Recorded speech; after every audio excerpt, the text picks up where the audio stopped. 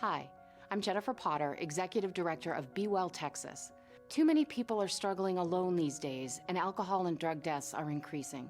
We started Be Well Texas to offer high-quality, science-based addiction treatment and recovery services anywhere, virtually or in person. In many cases, there is no cost for treatment or medications if you don't have insurance. Really. Welcome to Be Well Texas. We're glad you're here. Visit bewelltexas.org.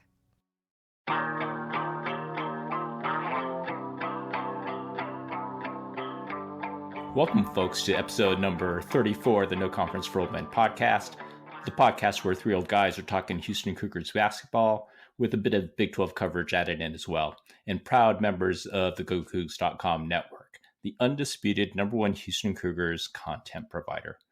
Well, really a tough trip out to Vegas for the Players Era Festival, but we learned a lot about the current state of the team, with the two losses to Alabama and San Diego State University and a close win versus Notre Dame. So we're going to try a bit of a new format for this episode, since no one's really wanting to sit through a painstaking breakdown of the losses. It'd be like going through, I guess, back-to-back root canals, potentially. So instead, we're going to go through some themes around all of our games in Vegas in segment one.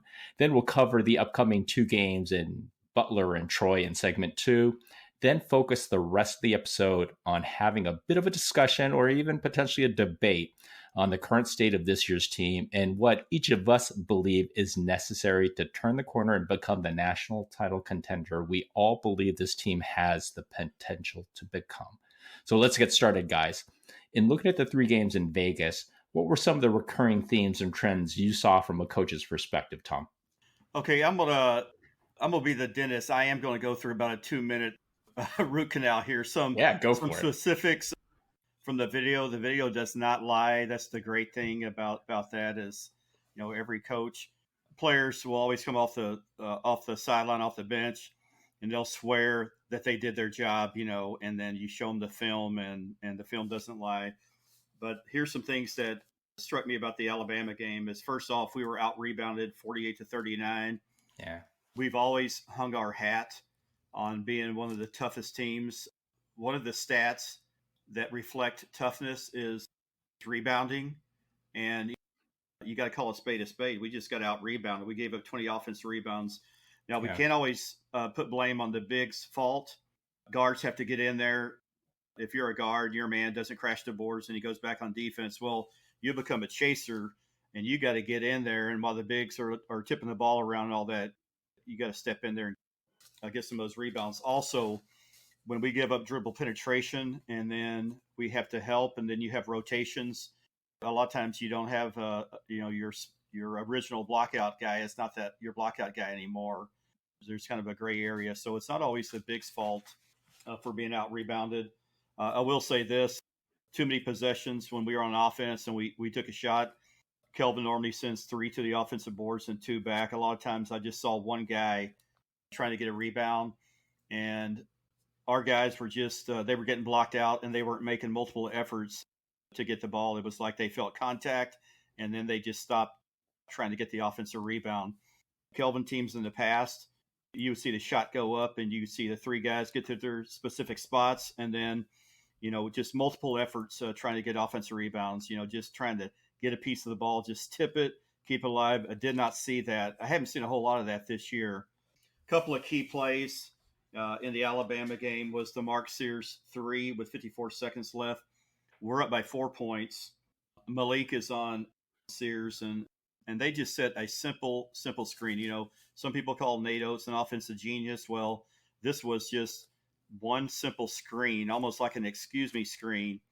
And Malik, I don't know what he was doing, but he got nailed with the screen. And as soon as he felt contact, he just stopped. Instead of fighting over the top of the screen or getting in the guy's back pocket and then making him curl off the screen, he just gets nailed. And then to make it matters worse, he doesn't even put a hand up. There was no help from JoJo. Yeah. I'm not sure if Kelvin wants JoJo to help off if somebody gets open on the screen, but Sears had a wide open look, you know, hands down, man down. That's what they say in the NBA. So that was a key play. So instead of a 4-point lead, you know, we're only up by 1 now. 39 seconds left. Another one, we're up 2. Jawan misses a free throw. He made the first one. He misses the second. So that we're only up 2 now instead of up by 3. So we're up by 2. Reitzel gets the ball in the right corner and he drives. Sharp comes out to close out. The closeout probably could have been better. I think he was kind of leaning forward, but Reitzel kind of beats him a little bit to the elbow, and then he slips. Reitzel slips and falls, and they call a foul on Sharp. Ridiculous. And he makes both. That's what you get when you keep a team in the game. I mean, you can't let official calls in the last couple of seconds determine the outcome of the game. Here was a really good set. We had a tie game, and we call a timeout. We come out with a timeout. We set a pin down screen for Cryer, and then he goes to Malik, and he sets what's called a ghost screen, and then JoJo comes back and sets a flare, and LJ was wide open for the 3, but Malik was late on the delivery. He kind of fumbled the ball around, and instead of having a wide open 3, LJ's defender was able to recover, and then he had to drive with his left hand and shoot a little mid-range. So I think if Uzan was in the game, he delivers that ball right on time. And, we don't know if Cryer would have made the shot, but it literally would have been an uncontested 3 because LJ's man got nailed on that flare screen, and he was open. That was my synopsis of the Bama game. I'll skip the Notre Dame game. Both teams played like they were wearing concrete Nikes in that game. I wouldn't say it was putrid. Yeah. The tape will never go into the Naismith Hall of Fame, but it was a W. San Diego State game, just like the Bama game, Magic Johnson used to call these situations winning time. And we had 26 seconds left, and Jawan missed the front end of a 1-and-1. We were up 65-63. If he makes one of them, we're up by 3. He makes both of them, we're up by 4, but he misses both of them. We have a 2-point lead. San Diego State gets the rebound. They set up a sideline out of bounds play. A couple of mistakes. The first one was LJ tries to go over the top of a flare screen. He did scramble and get out there, but San Diego State had a wide open 3 in the left corner. And here's what happened during winning time here is Emmanuel Sharp was guarding Miles Bird, and when the shot went up, he got frozen by the shot. He had no clue where Miles Bird was, and the miss was long. It went to the weak side board. 2 things here. Sharp didn't block out. Jawan, for some reason, tried to rebound the ball with one hand instead of 2, and it was tipped around. Bird came up with it and was fouled by Sharp, and he makes the 2 free throws, and the game goes to overtime. We'll say this about Sharp is normally, if it's not the last seconds of the game, normally Sharp would probably not have to block out a guy because usually the guy he's guarding doesn't go to the boards. He usually gets back, and then you just check and see if the man's going to the boards. If he's getting back on defense, then you become a chaser. But in this case, there's not going to be any transition on the other end because there's like a couple of seconds left in the game, and those things are inexcusable. Maybe for a freshman, but not for guys that have been in Kelvin's system, for 3 years. In Juwan's case, been here for 6 years. So, that's the difference between winning and losing. Yeah. Is these couple of plays here, nothing physical. These are mostly mental errors. Yeah, no, great perspectives there. Thanks, Tom. How about you, Bill, from a player's perspective with the Vegas games? Yeah, well, leading into the Vegas games, I want to just really quickly mention 2 things about the Hofstra game. One was that, because this plays directly into the Alabama game, it was almost 5 minutes into the second half of the Hofstra game before they shot their first free throw. I wish to God that could have been close to the case in the Alabama game, but unfortunately not. And the other thing was, and Tom, you had mentioned rebounding, and I just wanted to mention the fact that in that game, Mercy had 9 boards. So I know for a lot of people that want him to play more, that helps his argument. I mean, there's a lot that can be talked about, analyzed, dissected from this game. In fact, we could probably spend a couple of hours doing so. I'll mention some pluses and minuses from the game, but my preamble is this. 1, it's still November, and there's a ton of time to get things figured out. 2, I've seen a lot of negativity, surrounding both this and San Diego State, but there was a lot after this one. If Cryer's shot at the buzzer goes in, nobody's complaining. It's literally the final couple of seconds of the game determined the reaction to the game from a lot of people. The shot didn't go in, move on. With that said, here are my pluses and minuses. The pluses are Sharp and Cryer. I mean, they did absolutely everything they could to step up for the Cougs. Yeah. Kelvin, during the press conference afterwards, said he's still looking for that guy who will step up when the game's on the line. And I thought that, both Cryer and Sharp did that. I mean, especially Cryer, kind of because partly he had to, because everyone else was fouling out. I'd look going forward for probably Sharp being the one, I think, who will, in a sense, replace Shed when the game's on the line and the ball needs to be in someone's hands. Tugler was a little up and down against Alabama, but he had 8 boards and he blocked 8 shots, which is amazing. He was extremely active. Wilson, and we'll get to Wilson like you did, Tom, but I thought he played an active game. Those are my pluses. First minus is Uzan. 12 minutes. 12 minutes out of 45 minutes. And he fouled out. He fouled out of both Alabama and San Diego State. I mean, this cannot happen. Even in a game where I think the refs wanted to be the star of certainly the Alabama game.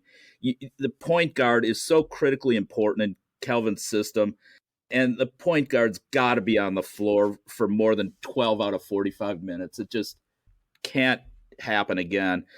My next minus, Roberts. 1 rebound.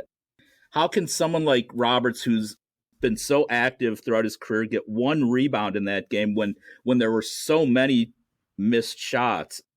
They out-rebounded us, as you said, Tom, 48-39, and Roberts is just too good to allow that to happen and for us to be that ineffective on the boards. We only had 8 assists on 30 made field goals in that game, and that means, one, that we're not doing much inside. We also didn't shoot all that well, but 8 assists is not especially good. And the final minus is, as you were talking about, Tom, that final minute. I mean, we're up 4. Wilson guarding Sears. Sears did not bring the ball down. And I looked at a friend of mine, you guys know Rob. I looked at him and I said, they're running a play for Sears. I mean, they had to be because he's the point guard. He's the guy that handles the ball.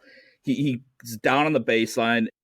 They pick down, and Wilson, and just like you had mentioned, Tom, and I've got it written here, was unable to fight through the pick. And Kelvin brought that up in the press conference as well, that they needed Wilson to fight through that pick. He didn't. Sears gets the ball at the top of the key, pretty easy 3-pointer, and now a 4-point lead, possibly 4 with the ball. If he doesn't get the shot off or we defend, whatever, it's now down to 1 and they're right back in it. One thing I didn't understand was when we went into overtime, Sharp fouled out. Obviously Uzan was out, but Ramon was playing in overtime, and everyone could see Cryer was just dead tired, and we had no other offensive options on the floor. Nobody. I mean, we were outscored 7-2 in overtime. Cryer was handling the ball. He was the one and only offensive option and went 0 for 6. And I don't know if you guys heard anything, but why is Walker on the floor as opposed to Arsenault? I didn't understand that. I know that Kelvin mentioned that he didn't feel like Mercy's experienced enough at this point to be in there at the end in overtime. I think it's still stiffness, right? Stiffness for Arsenault. That's what I have written down. If the Achilles was stiff or it was hurting, but I was watching, of course, against Notre Dame, and he came out and pretty much carried us in the first half. So he was fine there. Yeah, that's what I've got for that. Notre Dame, not a ton to say. I mean, to me, we looked again, as you mentioned, Tom, we just looked tired, we looked lethargic, and we looked uninspired. But considering that we'd just come off that Alabama game the night before, it was certainly good to get the win, even if Notre Dame was playing without their best player, possibly NBA player. A few more pluses in this game. Arsenault, first and foremost, he just had a phenomenal first half. 6 of 7 for the game, almost all of that in the first half. Once again, he showed, without knowing the status of his Achilles, showed why I wish he had been on the floor at the end of the Alabama game and why he probably needs to be on the floor more often than not when the team does need offense. Sharp was a plus. He led us in scoring, 4 boards, 4 assists, and he's been playing a lot of D on the opponent's best player. I really like the way Sharp's been playing. Agreed. Roberts was more of a plus in the Notre Dame game. He came back. He had 9 points. He had 8 boards, 3 of them offensive. So at least he was more active down low. And as opposed to Alabama, where we only had 8 assists on 30 made shots, against Notre Dame, we had 19 assists on 33 made field goals.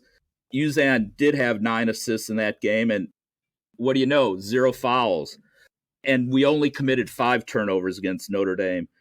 The minuses, we were out-rebounded by a small team. Now, granted, it was 34-32. It was almost even, but the rebounding seems to be a recurring issue so far this season. We got the win, and that's the most important thing. San Diego State, this never should have gone to overtime. And you talked about some of the things at the end, Tom. Twice in Las Vegas, we had control of games late. We didn't execute on either end down the stretch. And, we were in control virtually the entire second half of the San Diego State and then just kind of fell off the end. Cryer and Sharp were pluses in this game. They completely carried us offensively. And it was good to see Cryer bouncing back. Roberts, I gave him a plus. He was non-existent offensively, but he did grab 12 boards against San Diego State, 7 of which were offensive. Javier only played 20 minutes, but he was active, 6 boards, 3 offensive. Tugler had 9 rebounds and 5 of them on the offensive side. Negatives, we committed 12 turnovers in that game to their 7. That's just a rarity. We never commit more turnovers than the opponent. Uzan fouled out again. He played much longer, but he wasn't there exactly on the stretch in overtime. And this will be discussed further when we get into our state of the team, at least by me. They had 38 rebounds to our 40, 14 of which were offensive. And a lot of them came at critical times, and they're not a huge team. And we just didn't look especially good. And down the stretch, I mean, they got a couple rebounds off of missed free throws. I think that about covers it.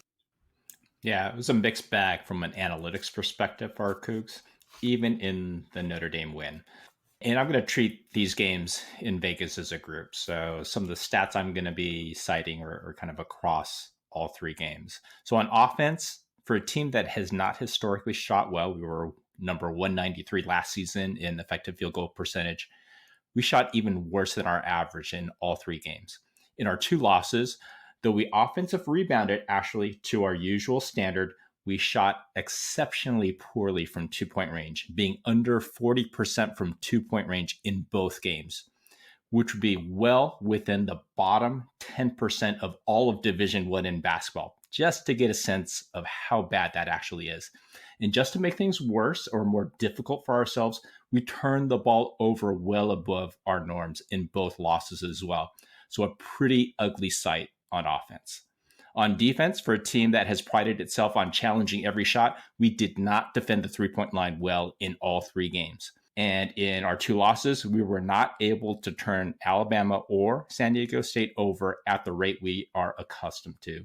And even though we haven't been great at defensive rebounding historically, we were especially bad in our 2 losses, allowing both teams to offensive rebound over 37% of their misses. Really just bad.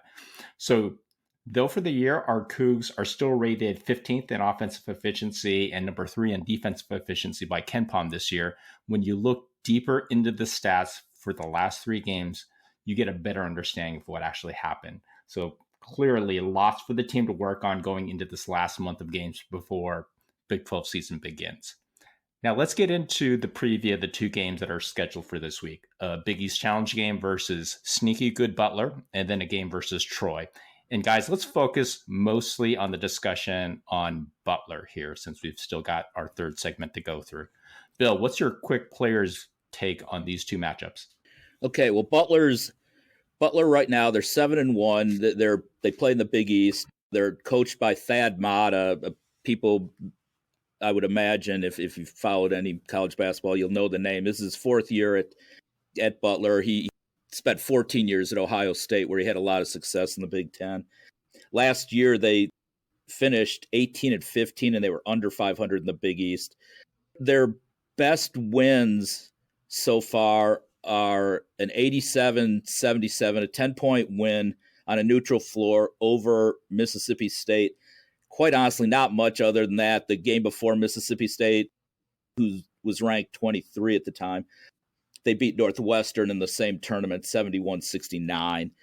Their worst loss, which is actually their only loss, was by 2, but it was to Austin Peay, who I've seen almost across the board predicted 4th in the Atlantic Sun. This team can score. They can defend fairly well, but their Achilles heel, and this is a big one, is that they turn the ball over a ton. They play 8 or 9 players, so they're deep, and their top scorers are seniors, so they've got some experience. And the players to pay attention to, number 1 is Jamil Telford, a 6'7", 230-pound forward, scores 18 a game, 4 rebounds, 3 assists, commits 2 turnovers a game, but he shoots 45% from 3. Pierre Brooks, another 230-pound, 6'6" forward. This is his 2nd year at Butler, transferred from Michigan State. 14.5 points, 5.5 rebounds, 2.3 turnovers a game, but he shoots 44% from 3. Patrick McCaffrey, who transferred from, Tom, you'll know him, transferred from Iowa, 6'9", 200-pound senior small forward, 13.5 points, 13.5 points, 4.5 boards, 50% this year from 3. Then their shooting guard, his name's Finley Bizjack. He was all Big East freshman team last year. He is a poor shooter, but does everything else pretty well, although he averages over 2 turnovers a game. And then their point guard just transferred in from Tulane. His name's Colby King, and 7 points, 5 boards, and again, more than 2 turnovers a game. They're a 42% three-point shooting team. They average 76.5 points a game, 14.5 turnovers a game, which once again demonstrates just how absolutely bad they are with the ball. They're not a big team, although they do have a semi-productive 7-footer off the bench. But without a solid point guard, they, again, are just extraordinarily turnover prone, which plays right into what we do defensively. They start 4 guys that are 6'6" or taller with some bulk. So that could be a challenge when all 4 big guys are on the floor. But it also provides us with mismatches offensively, especially Cryer, Uzan, and Sharp. I think that 2 guys that'll probably see the court a bit more will be Arsenault for sure because of the height. And I think Mercy will get to play a bit more as well. And, Butler, again, they're a well-coached team. They play solidly in pretty much every aspect other than controlling the ball. And I think our D will force quicker than usual shots, especially from 3 for them. So that I don't think they come anywhere close to shooting at the percentage that they're used to. They're going to commit lots of turnovers. I think they're going to be frustrated with our defense. And they also do not offensive rebound. So when they miss shots, we should feast on the defensive boards, I hope. If we limit fouls, move the ball well, hit the boards, score off their turnovers, no problem at all. At Fertitta, I see us winning 81-66. Okay, nice. How about you, Tom? What's your coach's perspective on the games? Well, first, getting back to Patrick McCaffrey, the question is, did he get sick of his dad, or did his dad get sick of him? As far as transferring. So seriously, I don't know what the reason was, but he's a lefty. He is a good shooter, so you can't let him shoot any rhythm threes. Coach's perspective, what I've gathered for this first part of the season, especially the Alabama game, we have to stop reaching and hacking, especially our bigs. Our bigs are just they're constantly reaching and hacking, whether they're coming over, they'll we'll trap the post, we'll monster the post. Instead of going straight up, always looking to reach and hack at the ball, just too much. Our guards are a little bit handsy that way too, but that stuff's got to get cleaned up. One thing you can say about Uzan is, he's coachable, because in a press conference about a week and a half ago, Kelvin said to Milos, he goes, "We foul here." You need to, because the first couple of games, I don't think he had a whole lot of fouls. Maybe Milos took that too much to heart. And then the rebounding, somehow we got to get back to that old, dog, scrappy rebounding. I haven't seen a whole lot of that. Maybe getting some fresh blood in there, like Mercy, who's hungry to get in there. Maybe that would help. I don't know. Kelvin's a Hall of Fame coach. He knows more in his little pinky than I do in my whole body. So Kelvin's the only one amongst us that's at practice every day, and sees the team 24/7. It would be kind of nice to see Mercy in there, because when I see him play, it looks like he's a hungry player. And I don't know if some of our guys have been here, too long and gotten a little complacent. I don't know. That's a question we can't answer, because we're not privy to what goes on and the inner makings of the team. But I do think at the friendly confines of Fertitta, we will be Butler. Can't keep it close, though. Can't let dog hang around your porch, because if you do, sooner or later he's going to jump up and bite you in the butt. We got to close these games out. I will say this too: any kind of close game, 1 or 2 points or 3 bigs, are their liabilities at the free throw line. Yeah, they're almost turnovers. Say a couple seconds are left and we're up by 1, and the opponent misses a shot. Chances are a big's going to get the rebound and they're going to foul. So now you got your big on the line. You can't go small in a situation like that, because you need stops. But then again, you also need free throw shooters on the floor. So we'll see. Hey, Bill, why don't you go ahead and talk briefly about the Troy game, and I'll let Tom do the same, and I'll cover both games at once. Okay. Troy's coming in. They play in the Sun Belt consistently. 4 different prognosticators that I somewhat respect. Everyone has Troy finishing second in the Sun Belt this year, so they'll be competitive in obviously a smaller conference. The head coach is Scott Cross. He's actually a very good coach. Past 3 seasons, he's won 20 games each year. His teams, and the teams at Troy in particular, pressure the absolute hell out of the ball. They're one of the top teams in the country, not only at forcing steals, but just enforcing turnovers overall. That's what they do. That's their mantra.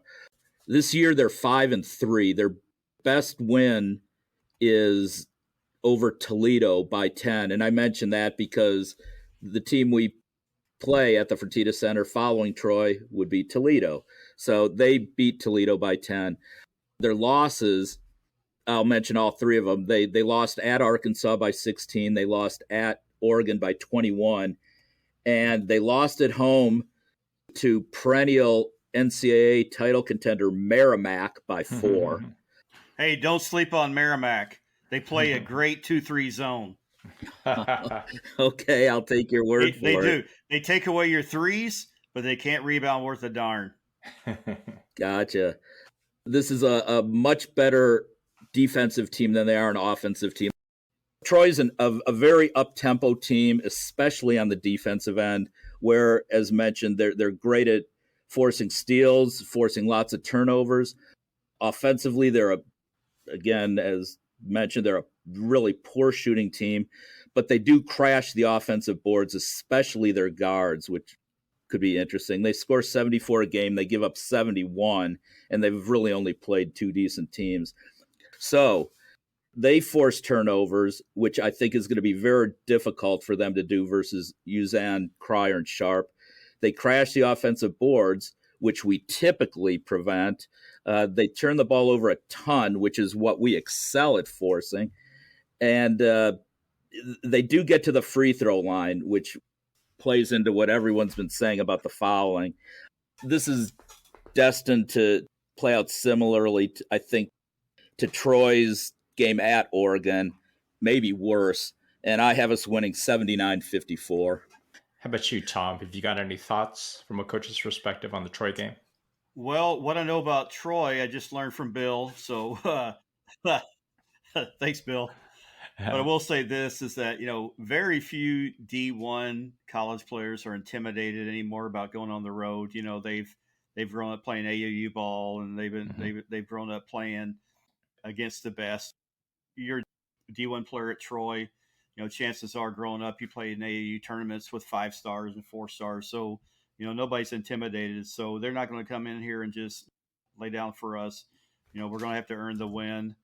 But, if we do what we're supposed to do, we should win going away. But you never know. That's why they suit them up and tip it up. And, they give scholarships too. Yeah, this one's going to be a tricky one. Because if you look from an analytics perspective, they ended last season as a decent team. They were 61st in KenPom. And if you look at offense and defense, roughly around the same numbers, right? Numbers 67 in offensive efficiency, 76 in defensive efficiency. Now, fast forward to this year, and after 7 games with Butler, their stats are trending higher on both sides. On offense, Butler, at least historically, wasn't great at anything last season, just good at shooting, ranking 107 in effective field goal percentage, and protecting the ball, number 69 in turnover percentage. Their main weakness on offense was offensive rebound, where they were ranked 271st last season. So it was typically one shot and done every time down the court. But we've got to be really careful because for this season, they are now number 32 in effective field goal percentage and number 8 in three-point shooting percentage. This will be a good all-around test for our D, especially our three-point percentage D this season, which has been kind of spotty, to say the least. So we'll be curious to see the defensive adjustments coach has made going into this game. On the flip side, Butler's D has been kind of in the same boat as their offense. Good at everything, but really nothing close to our top 40 threshold to be excellent at anything. But again, our team needs to be really careful because they are much better this season, ranking number 2 now in effective field goal percentage D, being excellent at defending both the 2-point and 3-point shooting. A nice saving grace for our team on offense is that this one thing that Butler has been terrible at on D and is still terrible at is forcing turnovers. They're number 250th in turnover percentage D last year, and they're even worse this season. So this will be a tough defensive team we're facing in Butler, but on offense, we'll also get the chance to work on all aspects of our sets and get things right in this next month. And it'll be interesting to see, whether we can better define our identity on offense during this game. Based on the metrics, this is projected to be a 12-point win for the Cougs at home by KenPom. I think it's going to be a bigger win as the kids will be focused and coach will likely be introducing some new wrinkles on both sides. I also don't expect to really see a lot of the bench players this game, so I'm projecting a 76-59 17-point win. Now for Troy, they were ranked 132 in KenPom to end last season. They were 157 on offense, 119 on defense. Not a great shooting team, but they do a nice job, as you had mentioned, Bill, offensive rebounding. And on D, they do a great job in terms of forcing turnovers. They're trending with a similar strengths this season so far. So in the end, it's still projected to be a 19-point win for the Cougs. I think we will continue to push the pedal in solidifying our lineups and blast Troy by 30. I'm thinking it's going to be more like 85-55. So now let's get to the key discussion on how we're viewing the team so far after 7 games this season. And so for longtime listeners, they all know that the three of us are all huge fans of Coach Sampson and the Houston Cougar program that he has built here. Plus, we know there's lots of talent on this squad as well, with all three of us predicting a national championship run this season. But for this segment, I've asked all three of us to put an even-keeled but more critical hat on to have a discussion on where we see things with the team at this point in time and what needs to improve in order for them to reach its ceiling come March. Tom, why don't you kick things off in kind of what's your take on the team at this point? Well, there's almost like two trains of thought. There's one whereby what kind of effect is NIL having on individuals, because everybody's different. Some people can get paid a bag of money and never have a letdown. And some people, they kind of get satisfied. Their needs are met and they coast a little bit. We'll never know that about individual players because we're just not around them. We're not around them at practice. We're not around them, how they spend their hours outside of basketball. We just don't know. The other train of thought is, and Randy from Go Cougs, he's one of our posters. He brought up a good point, is this any different? The loss to Alabama, the loss to Auburn, the loss to San Diego State. Is it any different when we won our first conference game last year where we blew out West Virginia? We go on the road. We go to Hilton Coliseum in Ames, and, we get down 14-0. We lose by, I think it was ended up about 4, but we were down by 2 and had a 3 with a couple seconds left to win it and missed, and then came back and lost on the road to TCU where we had, a whole bunch of silly mental lapses. For example, we gave up 2 wide open threes to a catch and shoot player who can only catch and shoot. And what do? We let him catch and shoot. So Randy pointed out, is this stretch right now any different than the Iowa State TCU stretch last year? It's just coming earlier in this season. So, it's hard to tell. Can't quite put a finger on it. Maybe at the end of the year, maybe we make the Final Four, Auburn makes it, Alabama makes it, and San Diego State makes it. We just don't know yet. Steve, you're a numbers guy. Numbers don't lie, and you can tell by the rebounding. The rebounding numbers aren't where they're supposed to be, especially defensive rebounding. Yeah, and then and then the lack of not being able to finish games off on both ends, on the offensive end and the defensive end. I already pointed out in the podcast earlier some mistakes, some lapses we made. Bobby Knight once said, victory favors the team that makes the least mistakes.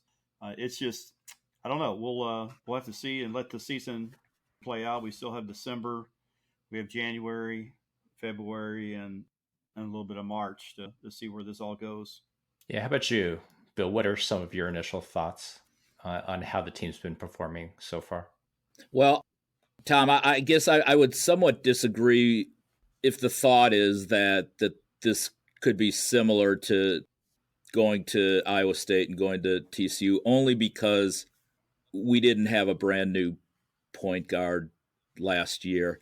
And I think right now, with Shed gone, I think the roles aren't quite defined as of yet. I think players are still and coaches are trying to figure out who's going to do what, who's going to guard who's going to have the ball in their hands late, especially when Uzan fouls out.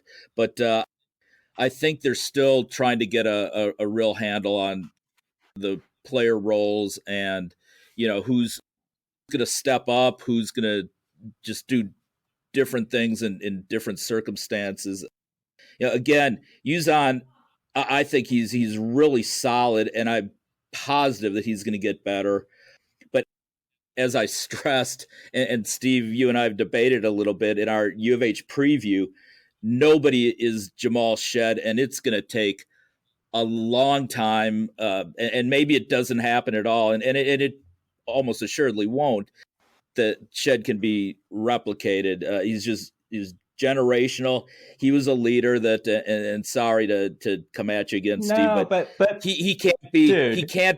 he can't be measured by Bart Torvik statistics. And I know you said the team is deeper this year and was going to be better possibly without him, but it's just right now, everyone's got to figure out their roles, and not having him, he was as much of a leader off the court, and I can mention examples to you that will show that without him here, and I don't want to overemphasize him because he's gone, and he's not coming back. Obviously, he's not playing. But you thought that bringing in Uzan and having a little more depth, or having more depth, you thought this was the best team that we'd ever had, and I'm still not sure that it's a better team than last year's team. If Shed doesn't get hurt against Duke, we're in the championship game.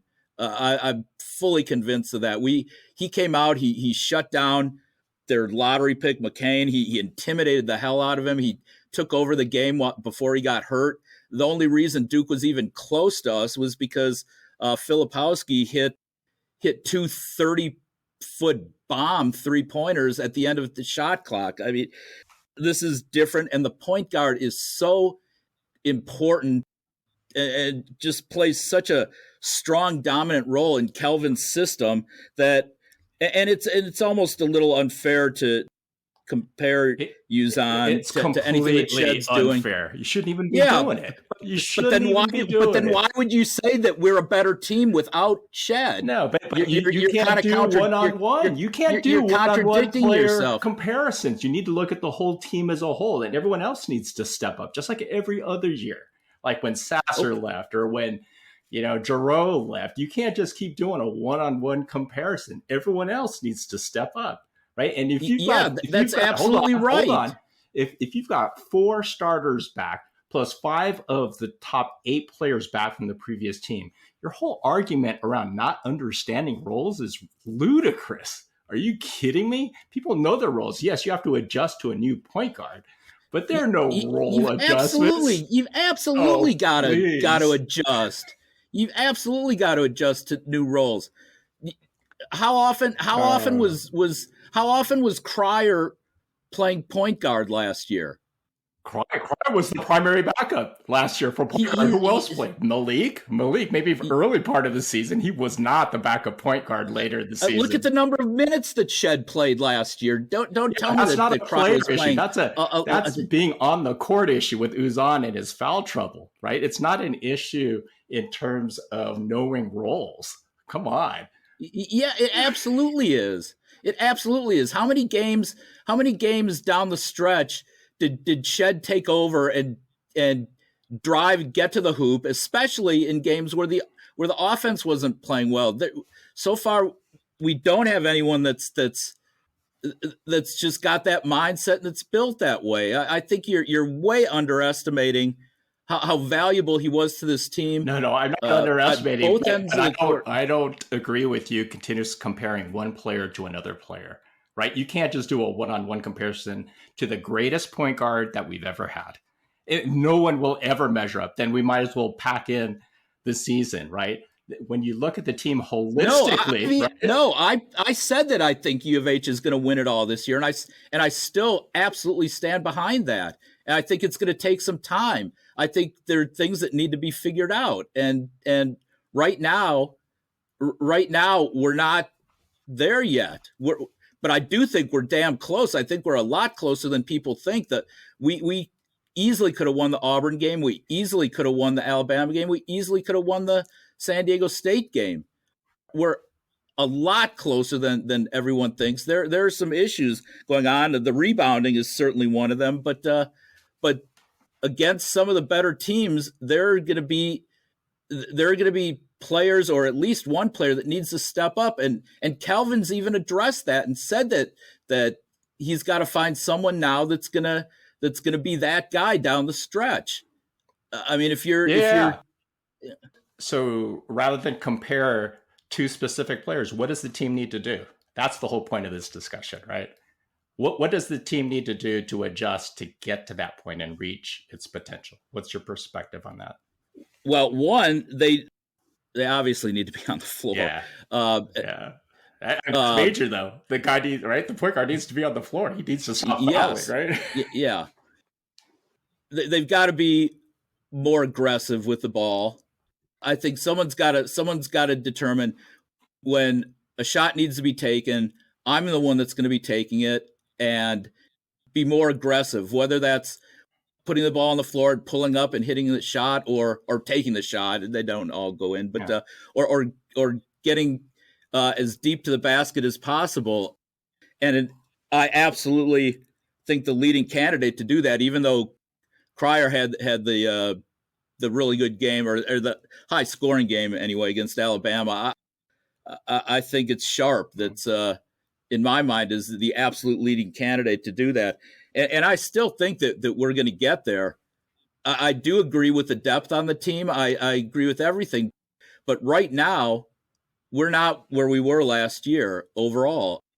And in a number of areas. But I absolutely believe, and I know I'm right, that losing Shed is just beyond enormous. And everybody has to step up. I mean, if you watched Shed last year, he was so good at getting Cryer the ball where Cryer wanted it to get off shots. That's not to say that Uzan can't do that, but I mean, it's just going to take some time. Sharp defensively was I mean, he was the defensive player of the year. He shut down other teams' point guards. They're just not Sharp. You said Sharp. Shed, you meant, right? I'm sorry, not Sharp. Shed. Yeah, I'm sorry.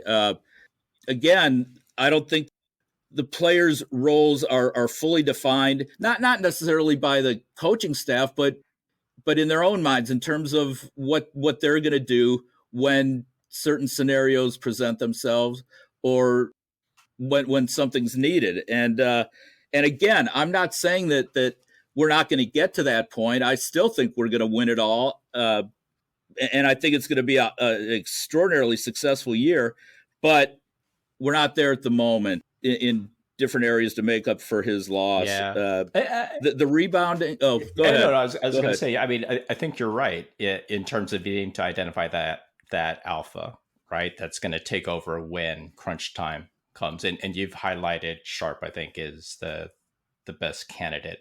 How about you, Tom? Mm-hmm. I mean, what are your thoughts in terms of that alpha? Because, Coach Sampson has brought that up as well. Who's going to be the guy, right? I don't think in our top 7 right now we have an alpha. It's hard for Milos to come in as a first-year guy and, just come in and be the leader of the team. So he's out. Yeah. Juwan, I just think by his play this year to be a leader, you got to back it up. So LJ's pretty quiet guy. Terrence, same.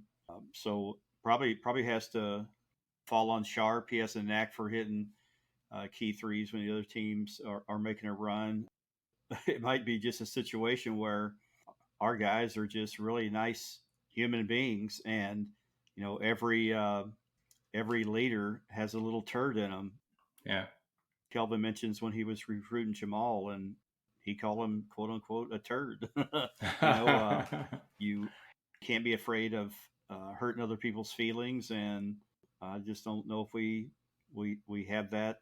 We have that guy this year. Yeah. Okay. I mean, next year will be totally different, but we're talking about this year. Yeah. So I still think it's Sharp. He seems Sharp to be as a little well, more vocal than the rest of the guys. Him and Juwan are jawing at it quite a bit on certain things. But it's some teams are like that. Some teams just don't have that. Taken by the throat and step on the grandma's face, and you wouldn't do that. Okay. I mean, Bill, go ahead. Why don't you continue? Oh, I was going to say was it just to counter Shed being a turd. He was the one who, after the garbage loss at Alabama, cleaned up the garbage. So. No, Kelvin did at one of his.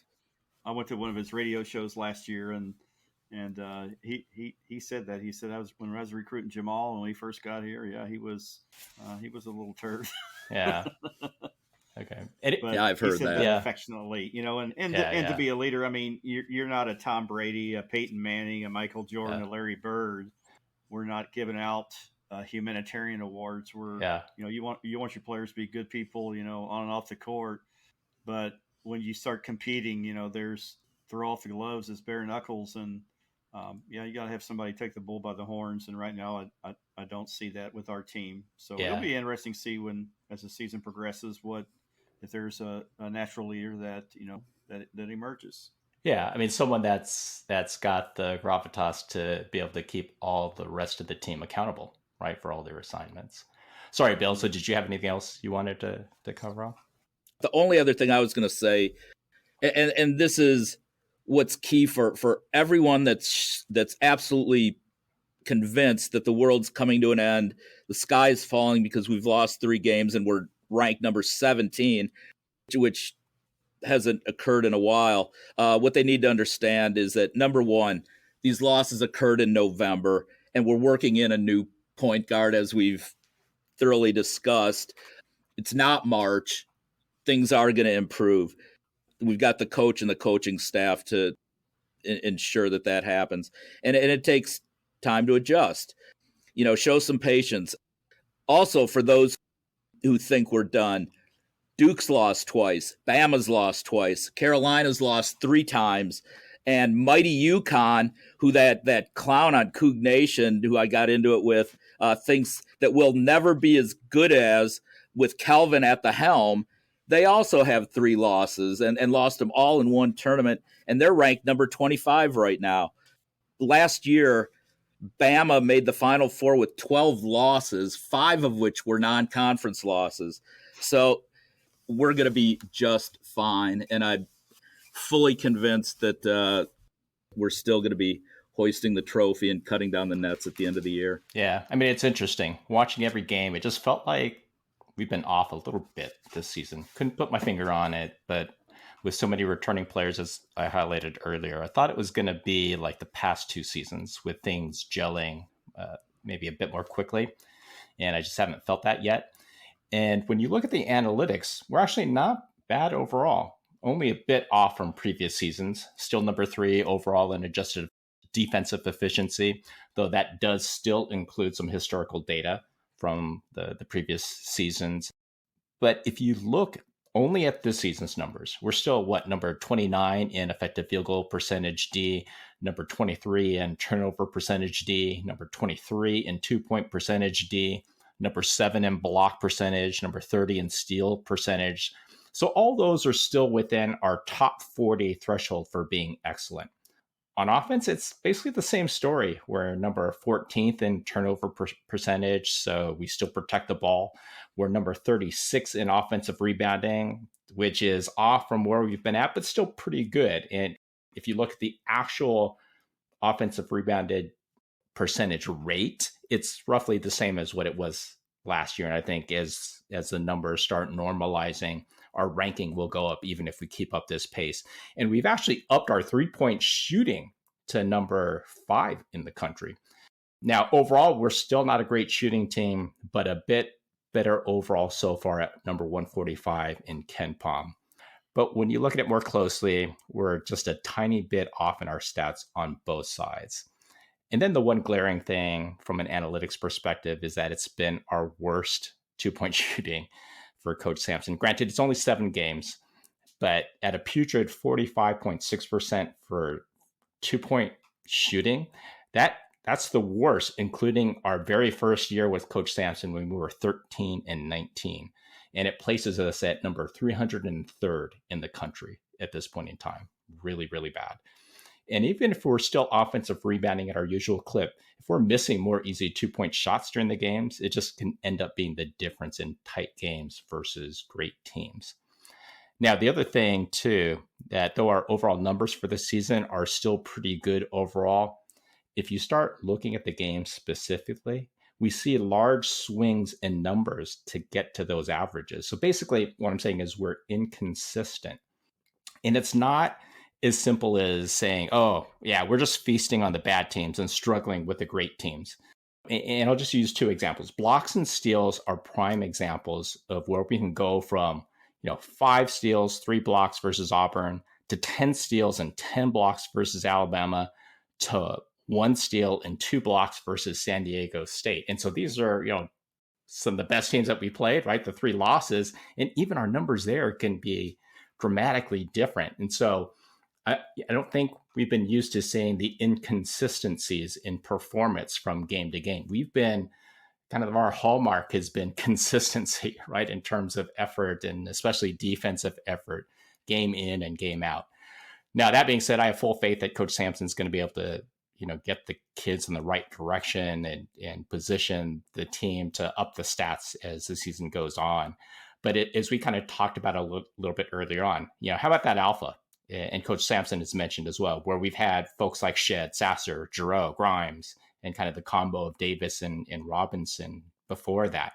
And if you look at player-specific metrics based on player box score plus minus, where, again, I'll disagree with you, Bill, it does show you how great players impact winning. And that's why Shed definitely had, stellar numbers before, where he was like a plus 12, I don't know, 12.6 or something like that last year, or maybe 11.6 last year. And the question is, who steps up this year? And so far, again, it's only 7 games at this point, but Sharp has been that guy. I mean, he's a plus 12.3. I mean, that's like Sasser type numbers during his All-American year. And then if you look at the other team members, Tugler and Terrence have upped their numbers in a big way as well to plus 9.4 and plus 8.9. So what's the matter this season? Why are we having issues? And it's not Milos either. He's actually at a plus 7.4 after 7 games as well.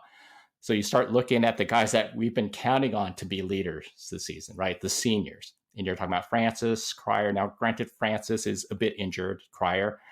They're only down a little bit, not by much. So they're still right there. But guys, the biggest gap from last season has been Roberts' performance thus far. I mean, he's the guy that actually a lot of us have referenced as maybe being the leader, right? The captain, right? The dog that's going to lead the way, especially keeping everyone honest. And quite honestly, last year he was a stellar plus 10.6, right? After Shed, he was the guy, on the team. And this season, he's down to a plus 2.8. I mean, that's a huge gap. There's so many players on the team that are affecting winning much more than Roberts, and we can't have that. He's one of our main guys on defense. And so, I don't know. We also even reference, right, maybe the toughest team we played, Bama. He had 1 rebound in 38 minutes, right? For his role in his position, that can't happen, right? And so what do we do going forward?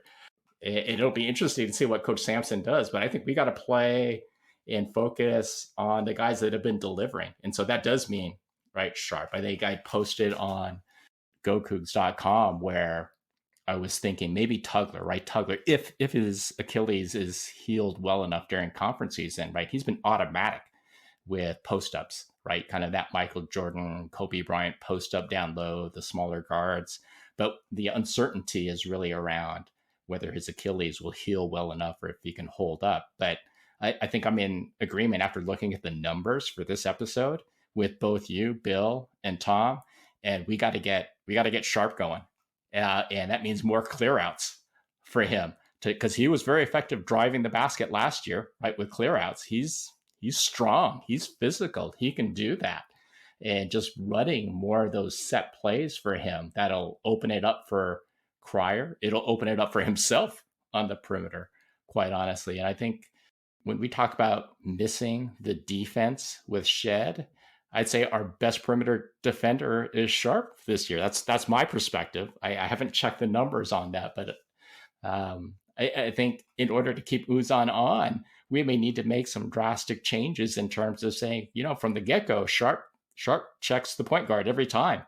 And, Cryer checks the shooting guard, and we have Uzan basically checking the third wing down on the baseline where it's easier to contain to keep him out of foul trouble. And I think those are the types of moves that I'm curious to see whether Coach Sampson makes. And don't discount Cryer's defense. I think he's played exceptionally good. Agreed. He not only plays hard on the defensive end, but he knows where to be. He knows how to defend. He plays smart. He plays smart defense, and he's playing really well. Yeah, no, completely agree. I know we're running pretty late, but before we sign off, I wanted to leave on a positive note and kind of celebrate the incredible early signing class Coach Sampson has inked with Cenac, Flemings, Harwell, and Jackson, a composite number 2 class in the country and the best class ever since we've started tracking this kind of stuff with the various recruiting sites. And so, this season, I think we're all in agreement. Things are going to turn around. We still all believe we're going to be national championship contenders. And boy, the class that's been signed, can you imagine a Coach Sampson team of blue chips? He's never had that, certainly not here, right? And to be able to mold primetime talent moving forward, that's going to be crazy scary for the rest of the country, right? Hey, Steve, Yeah. One last thing. And by the way, I love the recruiting class, but God, I love the fact that we're bringing in Flemings. Yeah. But what I was going to say was I can't wait to continue our debate when you fly in this weekend and we're sitting together at the game. I'll make sure to properly educate you so that so that you're more often following my lead and in agreement with everything I tell you going forward. Okay, looking forward to it. Okay, guys, so that's it for our 34th episode of the No Conference for Old Men podcast. Hope you all enjoyed it. And again, would really appreciate it if folks would follow, subscribe, or collect our podcast, depending on your podcast platform of choice. We are also available via the Republic of Football podcast feed from the folks at Dave Campbell's Texas Football as the only basketball-centric podcast, or at gocougs.com for those that prefer to digest the content that way. We appreciate the continued support from all, and please give us a follow on our Twitter account, No Conference for Old Men. Thank you all again for listening, and be on the lookout next week to download and listen as our next episode drops. Take care, everyone.